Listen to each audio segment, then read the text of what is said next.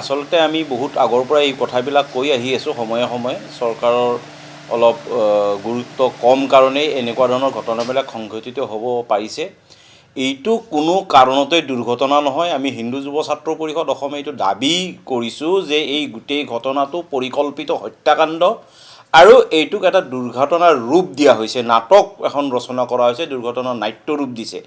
এই যে এনাউতুল যিজন ব্যক্তি এই AUDF-ৰ যুৱ নেতা আৰু AUDF-ৰ বিধায়কৰ বিবাহিত পুত্ৰ, এওঁ এতিয়া এই যে একাংশ মিয়া যুৱকৰ যিটো এই হিন্দু বোৱাৰী আৰু ছোৱালী তেওঁলোকৰ মানে কামনাৰ বলি কৰা, লাভ জেহাদৰ স্বীকাৰ কৰাৰ যিটো ৰেকেট আছে, এই ৰেকেটখনৰ এওঁ বছ, এওঁ গুৰু স্থানত তেওঁ বহাৰ দৰে ব্যক্তি। ইয়াৰ আগত এজন কংগ্ৰেছৰ বিধায়কে এই ভূমিকা পালন কৰিছিল, এতিয়া এওঁ এই ভূমিকা পালন কৰি আছে। এওঁলোকৰ কথা হ'ল কিছু নামনি অসমৰ কিছু এই মিয়া মুছলমান যুৱকে প্ৰথমতে হকে বিহকে শুৱে বাৱে চিধা ৰাস্তাৰে হওক বা বক্ৰ পথেৰে হওক তেওঁলোকে কিছু ধন সম্পত্তি আহৰণ কৰি লয় আৰু তাৰপিছত তেওঁলোকৰ হয় মানে হিন্দু জীয়ৰী বোৱাৰীক তেওঁলোকৰ কামনাৰ বলি কৰাৰ কাৰণে। গতিকে এই গোটেই ৰেকেটটো মোটামুটি আপুনি হিন্দু লেডি হাণ্টিং এটা গ্ৰুপ। গতিকে এওঁলোকে নহ'লে এই এনাউদ্দিন এওঁৰ 45 বছৰীয়া বিবাহিত ব্যক্তি এজন নম্ৰতাৰ লগত মাজনিশা শ্বিলং যাবলগীয়া কি দৰকাৰ আছিলে?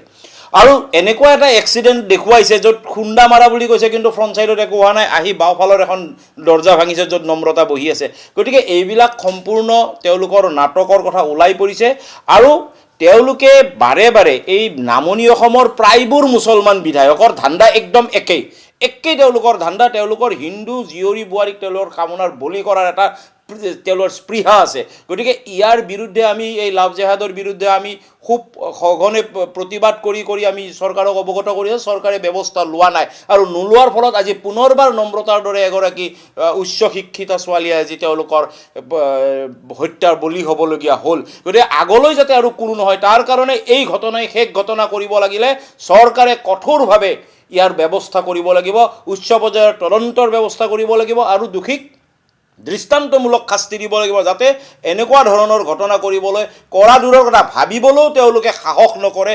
সেই দায়িত্ব কিন্তু চৰকাৰৰ। সংবাদ মাধ্যমক আমি ধন্যবাদ জ্ঞাপন কৰিছোঁ, কাৰণ এই ৰেকেটখনে দীৰ্ঘদিন ধৰি এনেকুৱা ঘটনা সংঘটিত কৰি আহিছে, কিন্তু সেইবিলাক পোহৰলৈ অহা নাছিল। এইবাৰ নম্ৰতা কাণ্ডটোৱে সংবাদ মাধ্যমৰ তৎপৰতাৰ কাৰণে এই কথাটো সকলো পোহৰলৈ আহিল আৰু পোহৰলৈ অহাৰ ফলত তেওঁলোকৰ ৰহস্য ওলাই পৰিব। যদিহে উচিত তদন্ত হয় তেতিয়াহ'লে দোষী সাৰি যাব নোৱাৰে।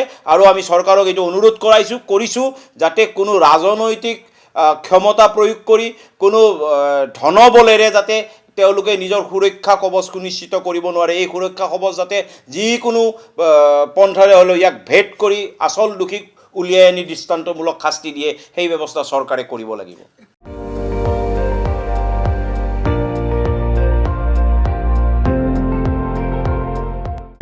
আপুনি চাই আছে ND24, সৰ্বশ্ৰেষ্ঠ নহয় সৰ্বোত্তমৰ দৌৰ।